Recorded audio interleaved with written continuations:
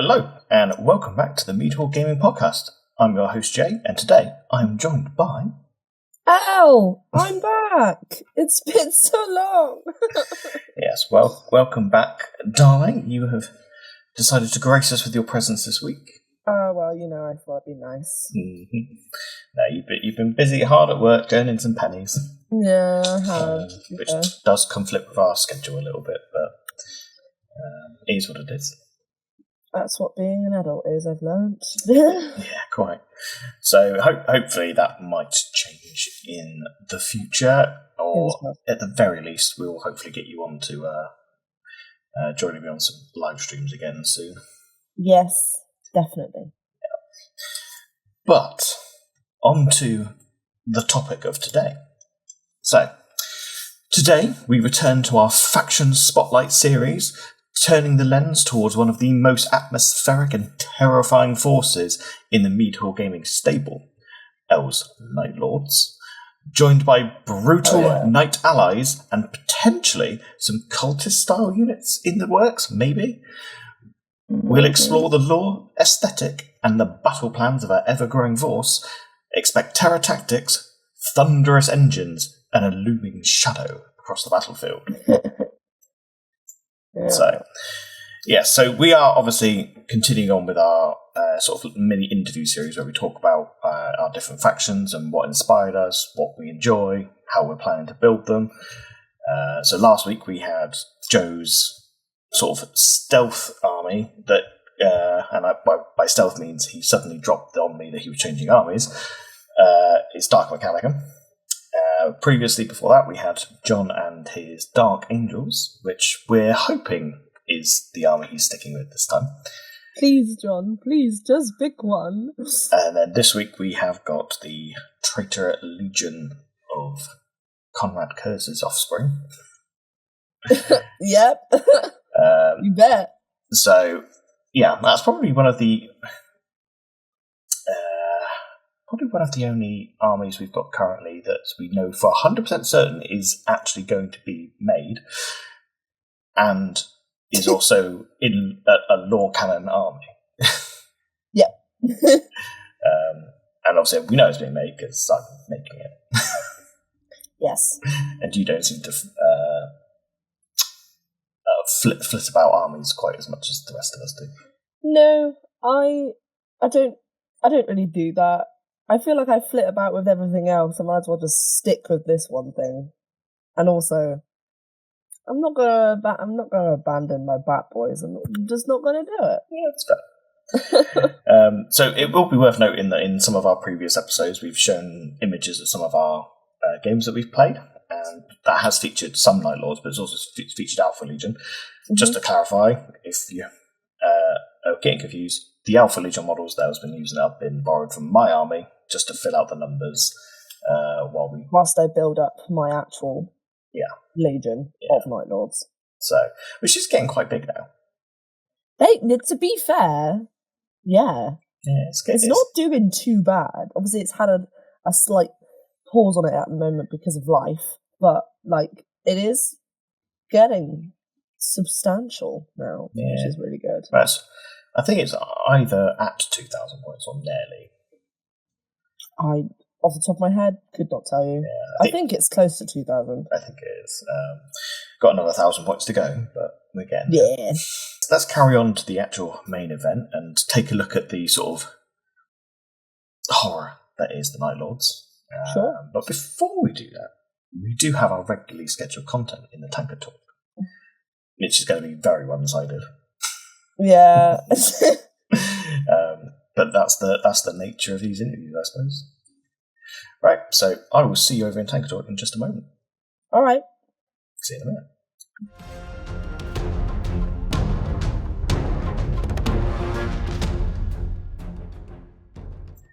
And welcome back. So we are in Tankard Talk, and today it's going to be a relatively quick one because it's just me displaying my own models, really. Yeah. So in an upcoming episode, because as with recordings, sometimes we record things out of sequence, I'm pretty sure I show off some of my Titans, which haven't actually been shown off on Tankard Talk yet. No. So what I thought I'd do this time is I'd actually show off my simplest colour scheme in my Solar Auxilia. Mm-hmm. So the Aetherion Auxilia. So in an upcoming episode, you'll get to see my most complicated scheme, which is the half and half red and white, red and yellow Titans. This is my very quick and dirty scheme for my massed infantry and tank army. Yeah. So this is a Malkador, one of the first tanks I think I painted actually for Legions. And they are a very nice, simple bronze-based scheme, nice and industrial and quick and easy to paint. They've got sort of teal stripes on them as well, or Alpha Legion colour stripes, just to kind of hint that they might have some other loyalties. Yeah. And it just adds a little bit of colour to the odd model here and there, which is quite nice. They're really nice on the table as well with the terrain, I find. Yeah, they are quite. They work. Yeah. They feel like a horde. Yeah, they're quite scary when they're in their group of 10 staring down at me. Oh yeah. One of our previous games, I had all of my tanks out, I think, which was a significant number. You did, yeah, and I looked at my army with all of my tanks and was like, oh. Okay. Yeah. It's quite funny, really, because you actually are building a tank-based army, and I am, and I actually have more. Yeah. But there you go.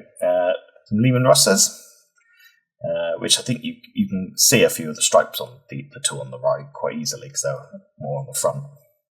Yeah, definitely. But yeah, these things take a couple of hours to paint. They're really quick.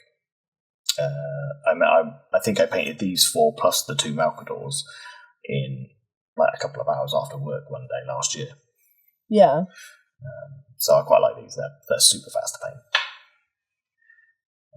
And then we've also got some Sentinels, which are the little scout vehicles. These are hilariously good in game. Chicken walkers. Yeah, they may have borrowed some inspiration from another franchise. I like blowing them up. Yes, I know you do. They are good fun though. Those missiles pods they got on them are just filthy good at taking out infantry. Yeah, they do pack a little bit of a punch. Well, they've got decent range and they ignore cover, which is huge when fighting infantry. Absolutely. They can take tanks as well. They can take armor, but you know that for me, their big winner is the ability to dislodge infantry out of buildings. Yeah, which is also why you tend to blow them up early these days. Speaking of infantry, though, we have also got a little look at some of my infantry. These are the Ogren. I hate these things. I love them. I think they're great. I hate them in combat. They're so strong.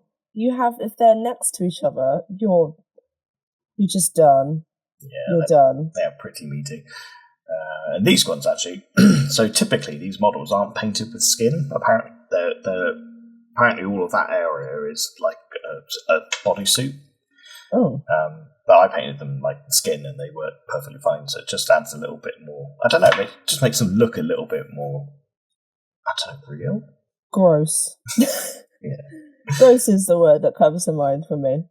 But yeah, no, they do look a little bit more real. Like that, there's that little bit of like human still peeking through. Which is ironic considering the humans themselves, the little infantry, no skin whatsoever. Well, yeah, they're just covered from head to toe, aren't they? So. Yeah. But again, really nice and simple colour scheme.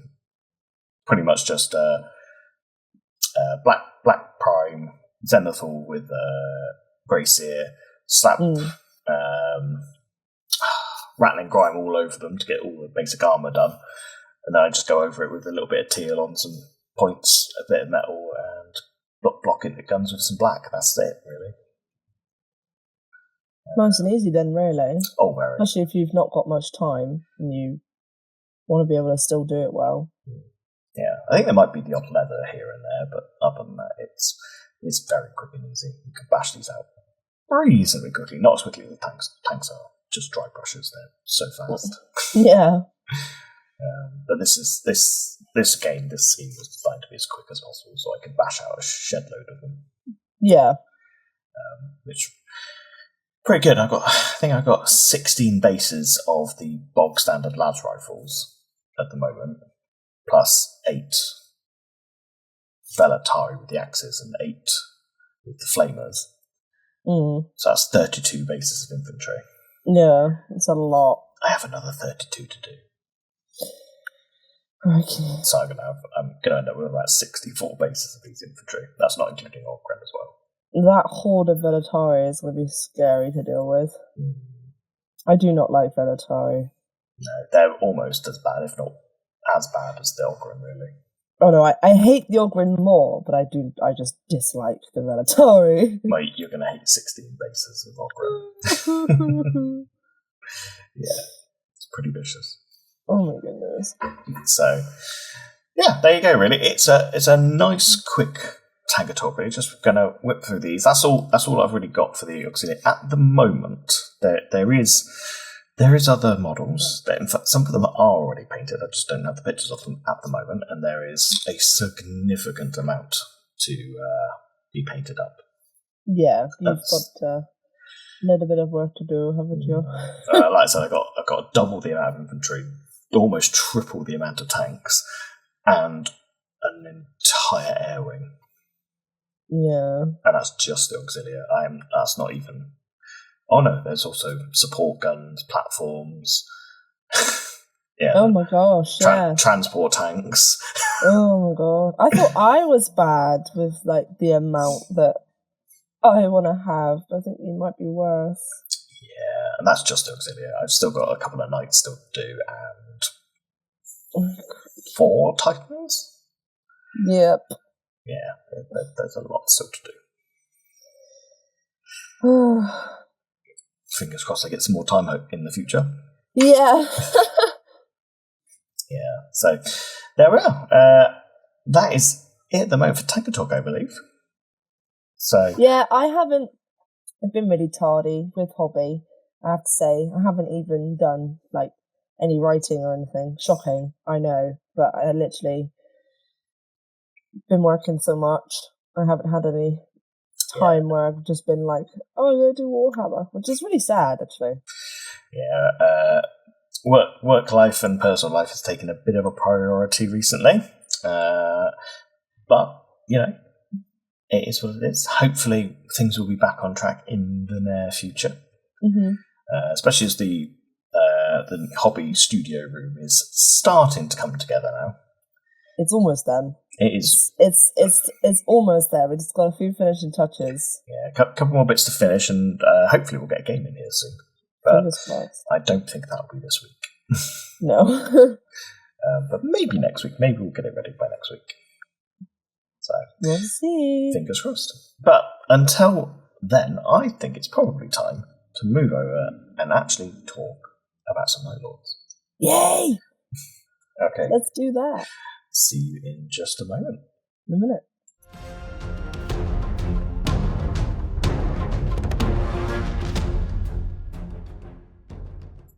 And welcome back. So, we are in the main discussion for today. And as we've already mentioned, we're talking about the Wings of Dread, the Night Lords. I like that. Yeah, that's my potential title for this episode. Yeah, we can go with that. I like that. So, the first section is going to be why the Night Lords. So, what drew you to the 8th Legion? Oh, I mean, I could come up with a couple of different reasons, but if I had to like be honest, like put my hand on my heart and say this is why, Comrade Curse, simple as that. I watched there's a wonderful 40k YouTuber who does like lore videos and stuff, and I watched a lore video on Comrade Curse. It was literally 15-20 minutes. I was completely hooked, and then through that I think I then found out about like how his army worked and stuff, and I was like, I really like that. But with me, I always want to tweak everything. So I was like, I like that army, but there's stuff that I would change. But like my love for him and like the way that his character is portrayed and like his backstory and stuff is just definitely like the crux of it, I'd have to say. Very fangirl of me, I know, but so it's safe to say that it was the Primarch himself that basically got you into it. Oh, totally, yeah. I think he's in a previous episode that we've done, which isn't out yet. I express my love for him quite heavily, and it's very obvious that he's my favourite Primarch at this point.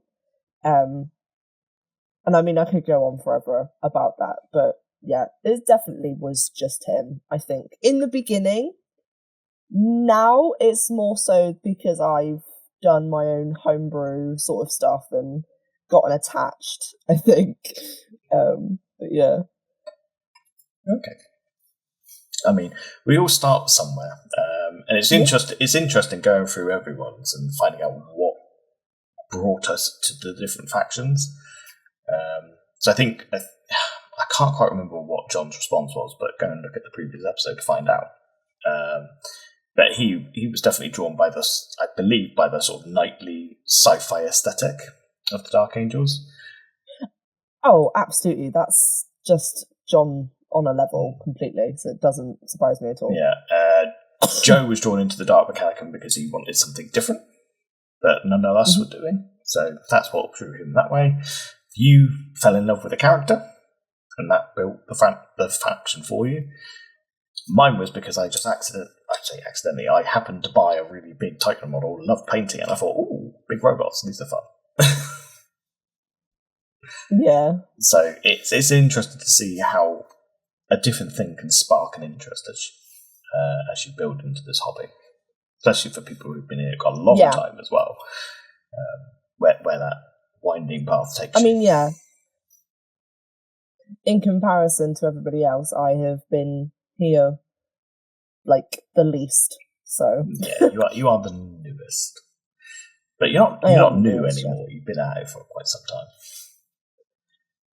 Yeah, in fact, absolutely. I mean, you've played more Legions than the two boys combined.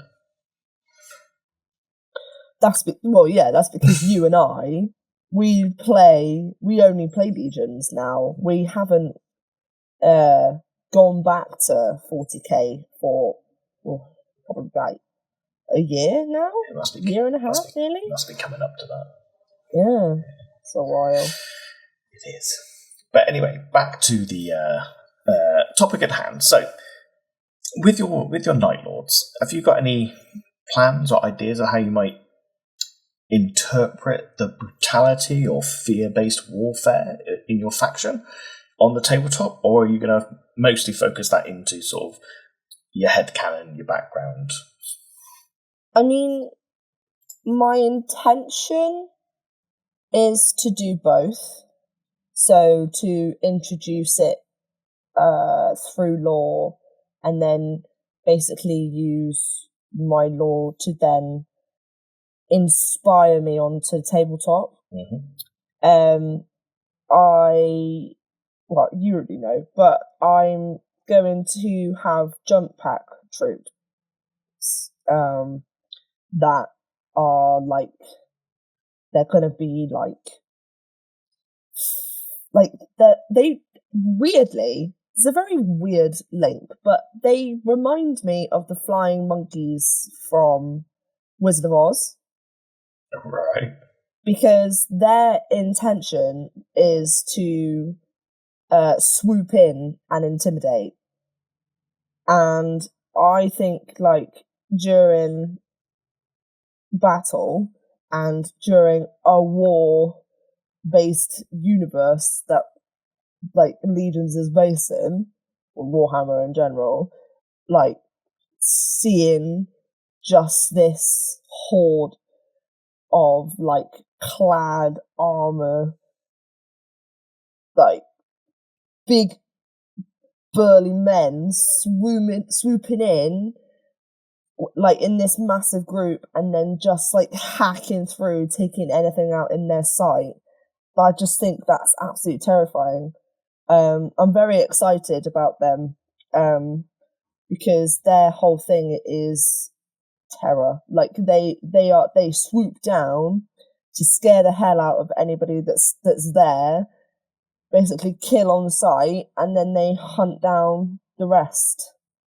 And there's like in the lore, there's like instances where it's almost like there's a sense of dread, like as they hit the ground.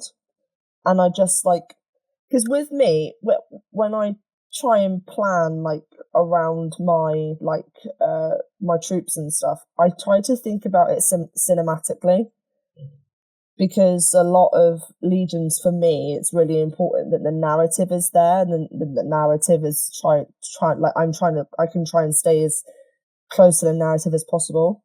So that's really important to me. So like having something like that where I can visualize it like that, it's awesome.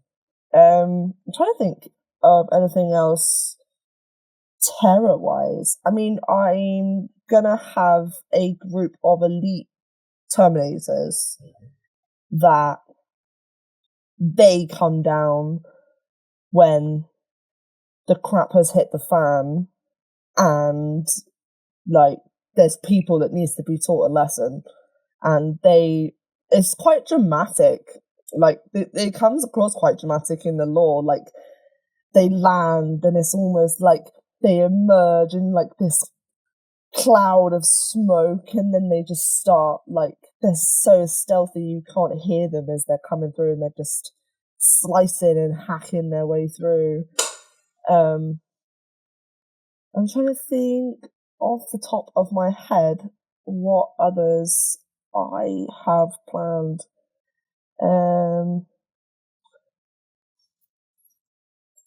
I mean, to me, it sounds like you're kind of going for the shock and awe tactics of just dropping things onto your opponent out of nowhere and basically making them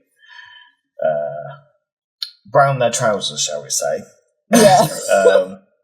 And trying to figure out how to deal with the situation. Which, to be fair, in some of the games that we've played, you have done exactly that, where my forces are moving up and I've got my battle plan, and all of a sudden these drop pods are falling in behind me, Terminators are coming out of nowhere, and I've then got to completely readjust my battle plan because I don't know where your army's going to drop in. I have to say, me introducing my drop pods was probably one of the best things that I could have done, because I didn't actually realise how much the Night Lords actually do use drop pods. Like, they use them all the time. They're very, like, prominent in, like, in the army.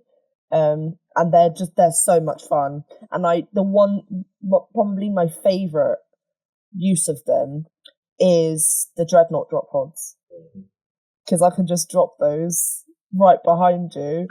And, there's been a couple of times where you've been like, okay, what's happening now? Yeah, they can be a bit of a problem if not dealt with. Sorry about that. Yeah. But, yeah, that's the nature of the game, and that's what we like to see. Yeah. And it is very cool cinematically just to imagine these drop pods slamming down into the ground, and then these big old Night Lord machines piling out with their... You know, obviously we don't go to the effort of converting the little 8mm ones as much, but imagine them, popping out of these pods with all their bones strapped to their chassis and stuff like that, and all the gore and flayed skin. Just scary. Yeah, absolutely. We might at some point do a couple of 8mm models for you, just for the fun, maybe. Yeah. Doing a big dreadnought or something would be quite cool. I'd love that, honestly. Yeah. And I'd enjoy converting it. I know you would. Okay, so that is why the Night Lords. But we started to touch upon the next subject, which is the army composition. So your current army does focus, as we kind of mentioned, on drop pods and troops piling out. So the current focus is probably infantry heavy and support units. Yeah. You've been borrowing some Alpha Legion to fill out your numbers, because I do have quite a few Alpha Legion models that fit most of the roles that you want them for. Yeah. But there is infantry shock and awe jumping in behind is one of your two main prongs to your army. But there is another, isn't there, that you haven't mentioned yet? Yeah. Would you like to tell us what that is? Tanks. Night Lords, they're not really known for having like a vehicle based it's not like they're not one of these armies that they come rolling in with tanks and it's just they're everywhere. But that was what I mentioned before about when I find an army I like to tweak it to where I'm happy with it. And my idea with the tanks is that they're the first line of defense. So it's almost like I've got 3 stages. So it's like I've got the tanks, which they go in and they shoot, they try and get rid of most of the groundwork. And then I've got transports as well that can hold special units and stuff like that, and units that I need to get up the board in order to get like objectives and stuff. And then it's like I go on to like the infantry, making sure that your infantry is being taken out, try and take out the strongest first. So stuff like the Ogren, I try and take them out before they can try and combat me, because I know how strong they are. Or stuff like the fake chicken walkers, the Celestials, because I know that Sentinels. if they... Sentinels. Did I call them Celestial? That's embarrassing. And I try and get rid of them because I know that they can pack a punch. Mm-hmm. And then it's almost like if plan A and plan B don't work, then the crap hits the fan, and the dreadports and the drop pods come in, and then the Terminators. So it's almost like I try and, like I said again with the narrative, it's like I try and follow this path. And I love tanks. I love seeing them on the tabletop. I love the aesthetic of them, especially when you paint them so beautifully. And I guess I didn't want to be bog standard, because the Night Lords they have a reputation of being sort of, violent and sort of like one-sided when it comes to fighting and stuff. And that's fine. I think that's great. And, if that's what you want to do with any army, you want to just stick to what they're good at, that's fine. But I wanted to do what they were good at, but also be different. I didn't want to be the same. And I think it works. I think that I know it works because it's won me a couple of games, and I know that if I'm in the right zone, I can achieve that quite easily. So I'm quite confident in the way that I use them, to be fair. Yeah, well, I think one thing that benefits, or is key to note, obviously, is a lot of people play 40k, which is a specific scale of game. So generally, you don't have the model count or the points to be able to sort of flex too far away from what is good for the army. So typically the rules for Night Lords tend to favour certain types of units. I mean, generally speaking, the rules for Night Lords are always bad. But if we were to look at, say, something like the White Scars. I mean, they are very much a fast attack army, so their rules tend to convince you to use all those fast attacks, so the bites and stuff like that. But at Legion scale, because you've got more flexibility and a bigger pool of units to use, yes, a White Scars army might be have a lot of bites, but you would also naturally want to bring more tanks and infantry because you've got the space to do it. And in lore, all of the Space Marine legions had access to all of the tools.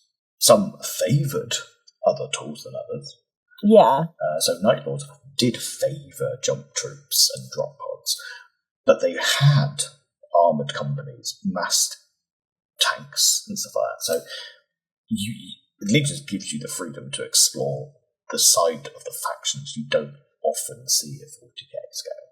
Yeah, which I think is a really attractive selling point for anybody that wants to play Warhammer, wants to get introduced to Warhammer. I think because obviously when you and I first met, I was quite reluctant to start any, sort of like Warhammer, like reading or watching any lore videos or anything like that.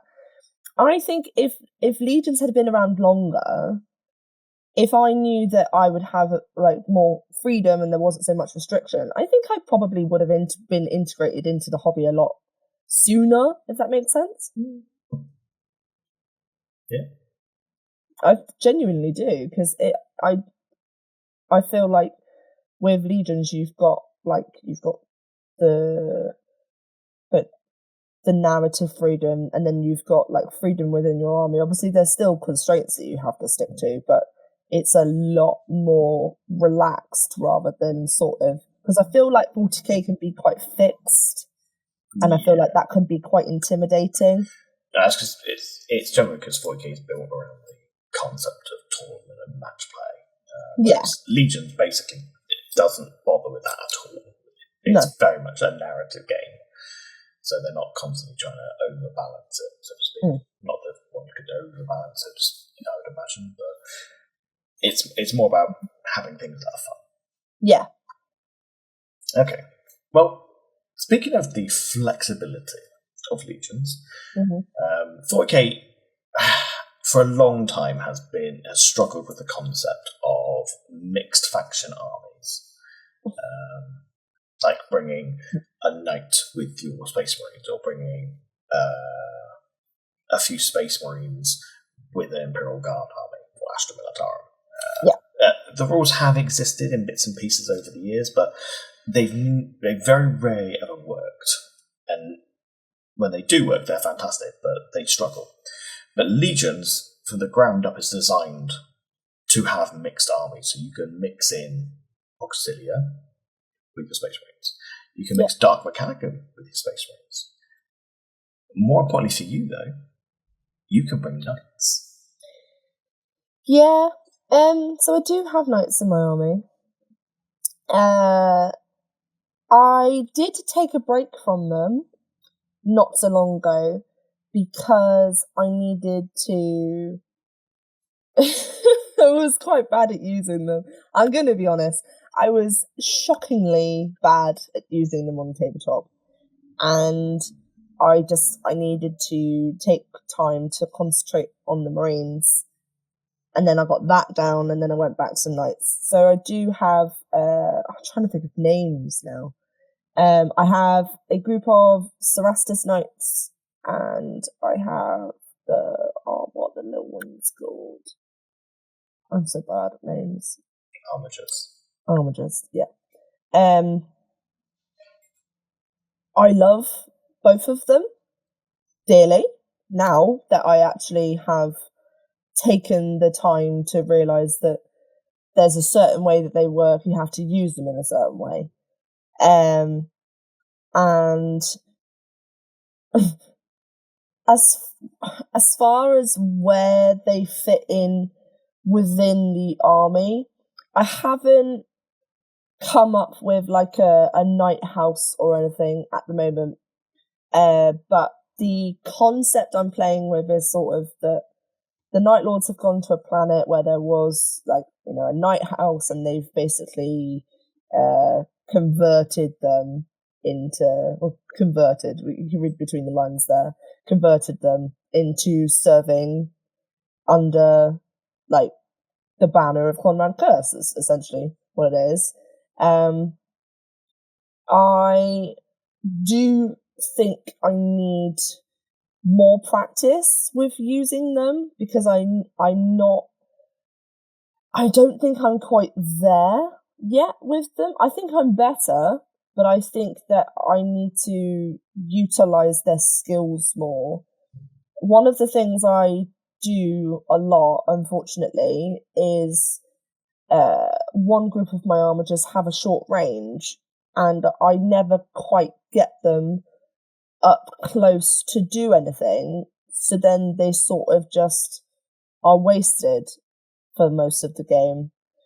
And then at the end, I'm like, oh, if I used them earlier, I could have had more of an advantage then. So I think I just need to be a bit more careful as like where my management of them is concerned. I think I'm better at using the Cerastus knights, especially in combat.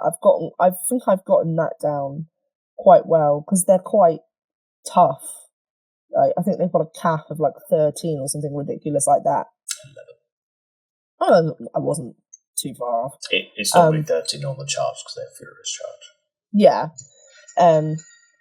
And obviously, given that you have a knight army, like a knight against a knight in combat is pretty much an even playing field. And there's been quite a few times where I've had a group of my armigers just like storm in on like your Ogryn or your Velatari and stuff.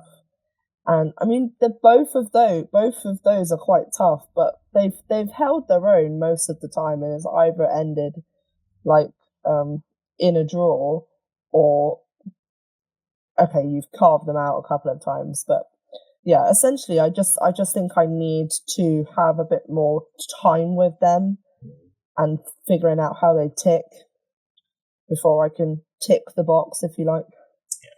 Yeah. I think it's not bad at all, and it's quite nice to see you branch out into another sort of faction in that regard. The thing that me and the boys are trying to convince you, though, is that you need to get some Titans, because you know the big stomping robots. No, I don't know what it is. I've tried to explain it to you before, but I like seeing them on the tabletop. I mean, you know, all of yours, they're gorgeous. Going up against them in battle on tabletop is scary, especially if you bring Big Mama or Big Papa out, because they're huge. But for myself and for the Night Lords, it's a no. I just don't think it works for me. I have a love-hate relationship with them. I think it's mostly because whenever you have a Titan on the board, half of my army always ends up dead. So I think I'm a bit bitter about that. But yeah, I just in general, I just don't think that they work for me and for the style that I'm going for. That makes sense. So let's actually grind down a little bit into the visual identity of your Night Lords, because you have got essentially a prescribed colour scheme, which you have decided to stick to, isn't it? Which is the typical 40k colour scheme. Yeah, so the midnight blue with the red, and then lightning bolts, essentially. Yeah, so you've got the classic look for your Night Lords. Yeah. Okay, but the interesting thing is, so that goes back. So we've got your classic look of midnight blue, the lightning, the red. How did you come up with deciding what basing scheme to use to complement that? I sort of wanted, because obviously you asked me and we had like a brief and stuff. I sort of wanted it to be dirty, grimy, sort of like as if like, as soon as they touch the ground, it's almost like everything around them dies kind of vibe. And I wanted to keep it more like rocky and like sort of industrial, lots of like oil and stuff, to keep that sort of foreboding feeling that they carry with them, if that makes sense. Yeah, to a point. Obviously, we had to remember the scale and the number of models that was going to be involved. So the actual final decision on it was sort of barren rock, sandy texture, wasn't it? To sort of, because the other thing as well is we wanted to complement the dark colours with a slightly lighter tone to the base, but not so far that it became bright. Yeah, no, that was definitely the sort of vibe that we decided on towards the end. Yeah, I think they look great, so I'm really happy with how they came out. Yeah, they do look quite good, and thankfully the way I've done them as well, they're very quick and easy to do the bases. Yeah, which is a big bonus. Yeah. Okay, but the interesting thing will be, because we haven't painted them yet, how are we going to do the knights, do you think? So, I think if you look at, say, the other three of us on the channel, all of my armies have very distinct colour schemes that are all different, so that they stand out, but all their basing's the same, so you can kind of tell they're the same army. Yeah. Joe, as far as we know, is going to go for a contrasting scheme for his knights versus dark mech, and John also is going to have a different scheme for his knights and his titans versus his space marines. So the question is, are you going to follow the trend? Are you going to make your own knight house with their own colours and livery, or are you going to have them complement the Night Lords with a very similar scheme or the same scheme? So they are going to be like, they're going to have their own Night House colours. But my idea was essentially that they have lightning bolts on them. So they have their own set of colours. That's obviously the Night House. And then the Night Lord's bat-winged skull symbol, and then lightning bolts. Essentially, that's what in an ideal world, that's what I'd like. Obviously, with the scale and stuff, just got to be sort of careful that it doesn't look too overpowered or anything. But that is what I'd like to do in that sense. Okay, so we would have to come up with a scheme where the lightning bolts wouldn't blend with the colours; they'd have to complement. Or stand proud of. Yeah. But that's not, I'm sure that's something that could be done quite easily. Yeah. You might have to come up with their own symbol, though. I don't think I suppose you could use the Night Lord's symbol as theirs, but I would imagine they should probably have something unique to them. Yeah, no, like I'll probably design a like a crest or something that's like maybe on a shoulder pad, because I envision the Night Lord symbol being on the chest, almost as if it's like they've been branded under this flag, but they will have like a crest either on like a shoulder pad or on the back sort of base of the the body. Okay, so that'll be interesting to have a look at. Yeah, I bet. Okay, so let's have a look a bit further into the future of the faction. So at the moment, obviously, we're going to build up the army to its sort of 3,000 points level with tanks and drop troops and maybe tiny curs. Maybe. But when we go into the sort of the next stage of the army, so obviously we know that knights are going to be involved in that next stage. Yeah. But in some previous episodes, we floated around the idea of a cultist unit, or a mortal unit that could accompany Space Marine armies. Now, one option, obviously, is to go for the Solar Auxilia and use those, which you could do quite comfortably. That would be a third army for you, essentially. Mm-hmm. But the other option, which we've discussed, is that you could actually just have a mortal infantry unit, a cultist-style unit, to join your Space Marine army, which does fit in with the 40k version of the game where the Chaos Space Marines bring cultist units. Yeah. So is that something that you would be interested in doing, or would you rather go down the line of having the third army of Auxilia? Of doing Auxilia, but they're not. I mean, none of like the cultists or anything is really in my plan. I'm completely open to the idea, like expanding and stuff. I think that you should never stop expanding anything when it comes to this hobby. A mortal unit that just sort of they're just sort of crash troops. They just sort of they go in and they're almost like cannon fodder. I think that's a Night Lordy kind of vibe. So yeah, definitely would be down for that.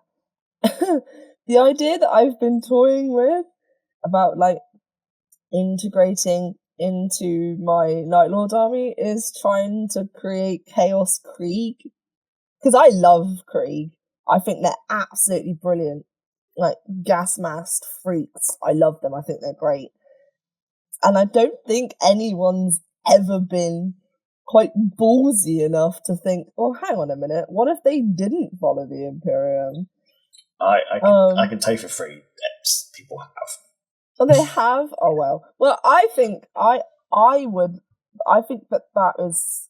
love to do that. I would love to have that and introduce them into my Night Lords army. So if I was gonna do I don't know if would they come under cultist at that point? No, they would be Solar Auxilia, but just with a different look.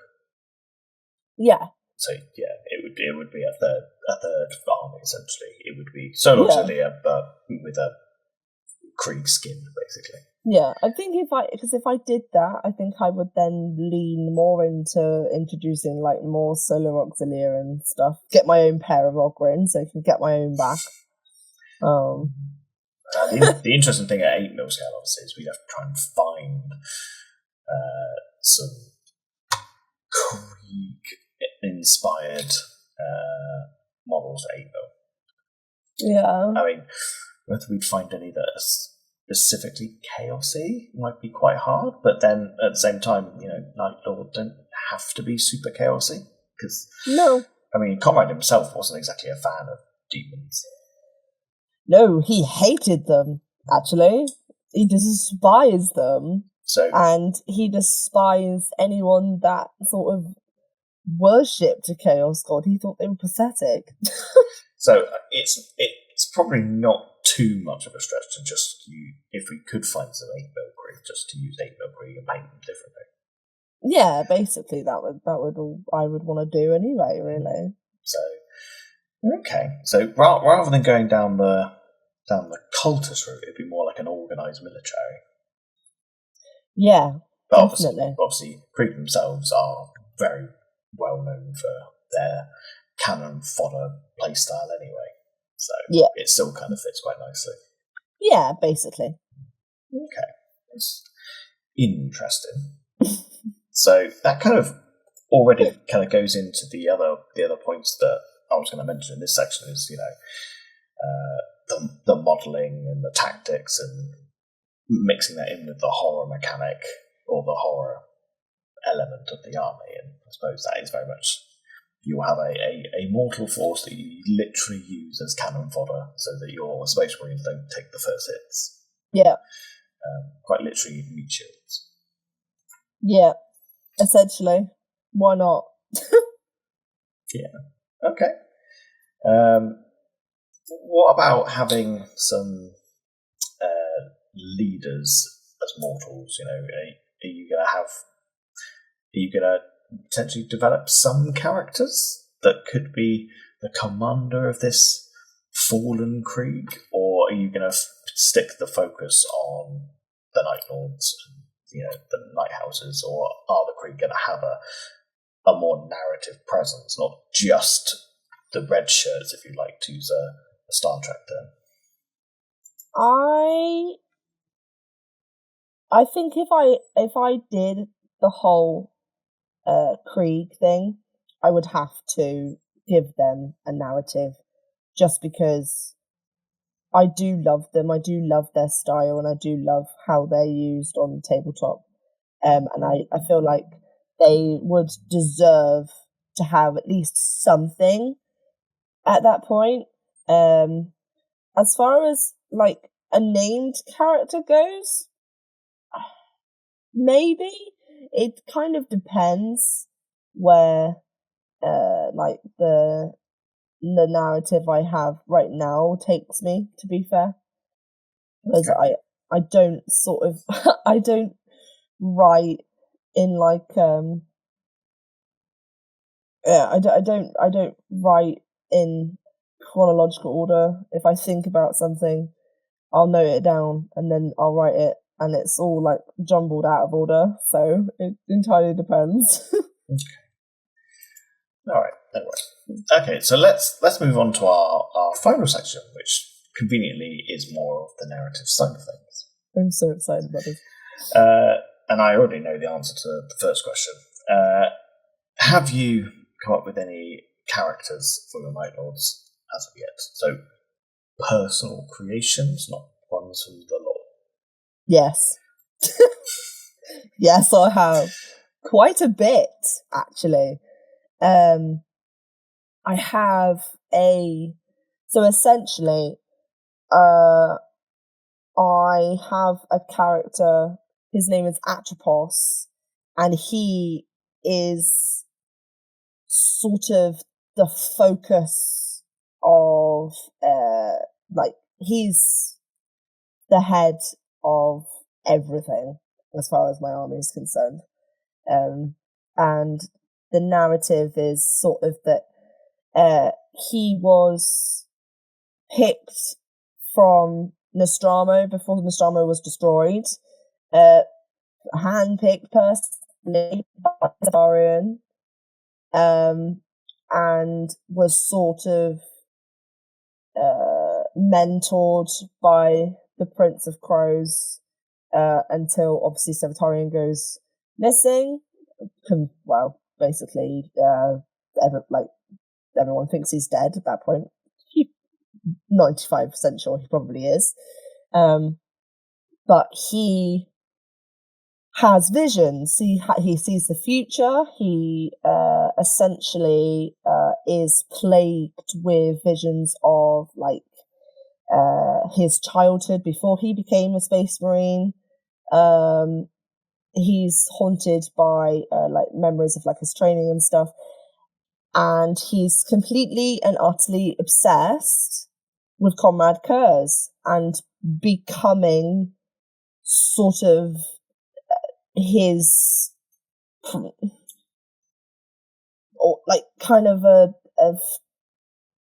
in a weird way, he wants to be the prodigal son kind of thing, because he's completely messed up. He's a Night Lord, he's going to be messed up.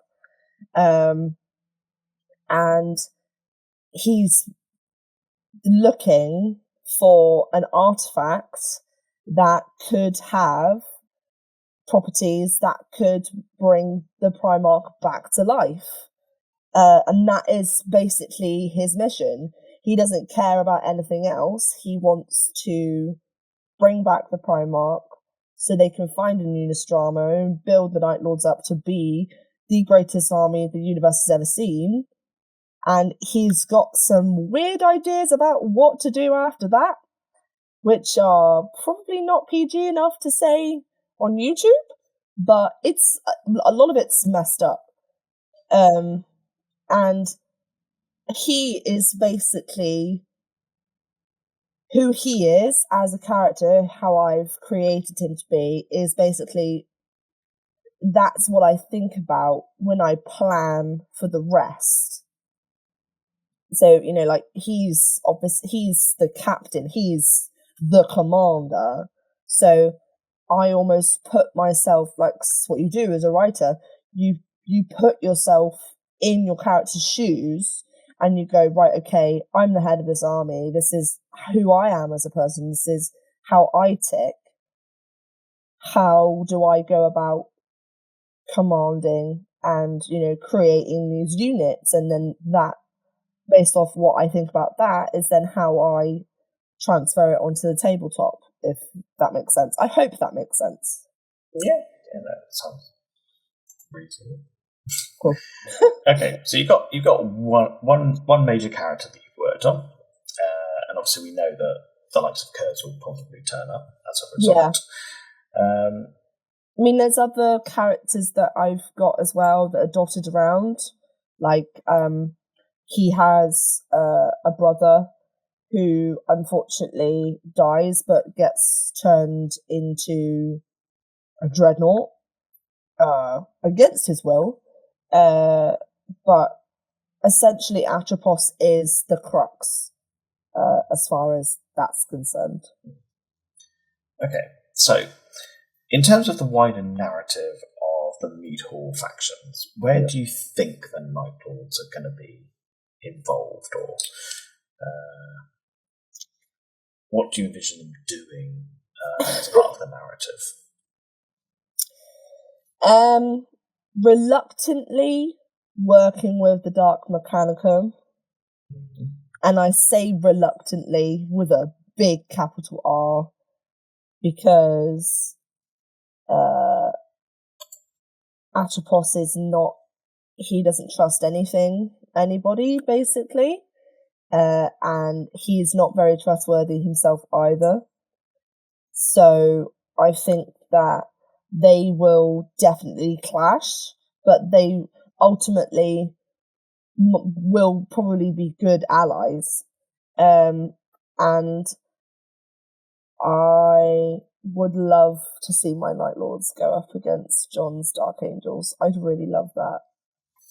Well, it's funny you say that, because when we were discussing John's army, we've come up with a potential narrative where his Dark Angels are actually from the Heresy. They are a lost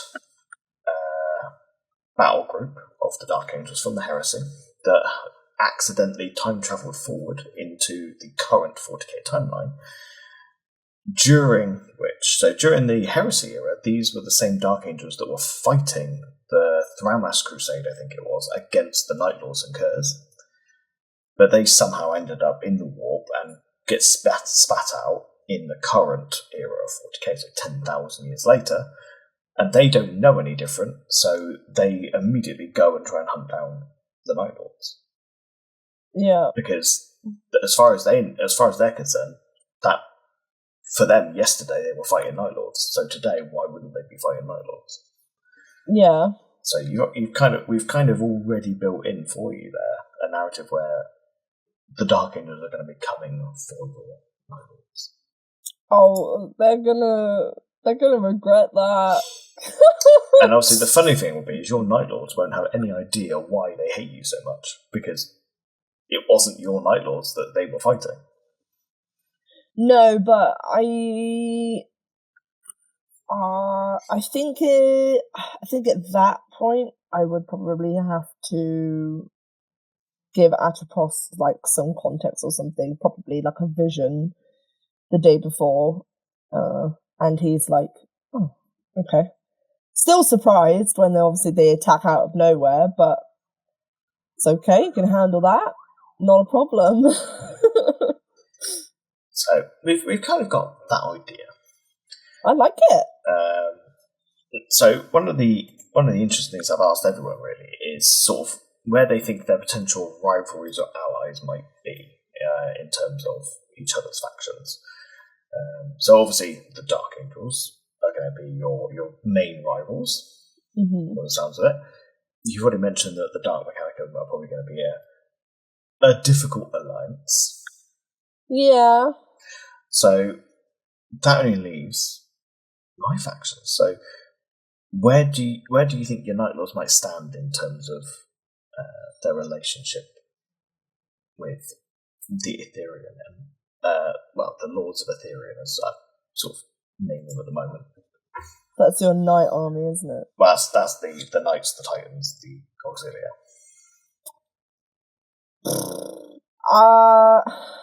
Wow. I'm not sure, to be honest.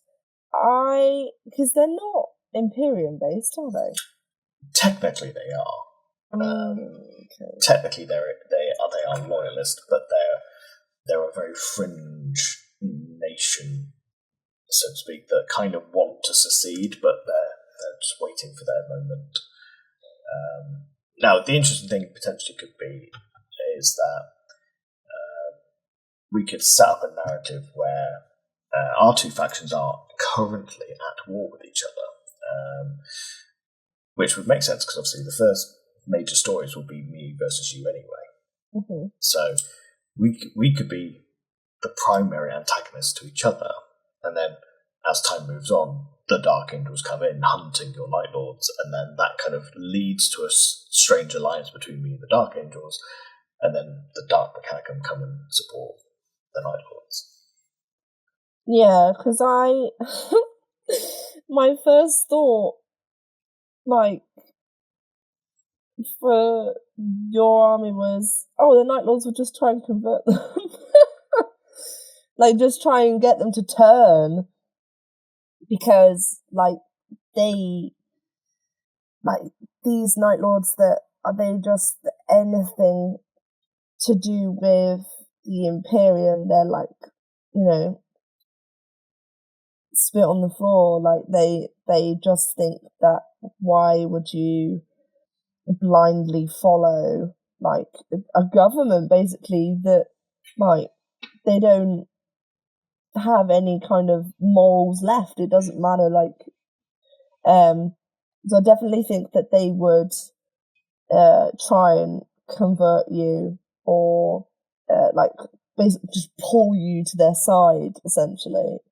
I think we'd have to work on that one a little bit because, as I say, the narrative of the Lords of Aetherion is that they are already not interested in the Imperium, so we might have to workshop that concept a bit. Yeah, that's thrown me off quite a little bit because I don't know because I've got an idea for where your Alpha Legion is concerned, whether you or not you were using them. But I hadn't really thought about that army at all. I'm really sorry. It's alright. It just means that we've got something to work towards. Yeah, that's true. Okay. So we've got a rough narrative now going between most of the factions. Obviously, that starting conflict between me and you will need a little bit of work. But to be honest, that's probably a good thing because that is going to be the main narrative to start with. So actually being able to workshop that is going to be quite useful, I think. Yeah. With that all being said, then, let's head over to our round table and wrap things up. Okey-dokey. See you in a minute.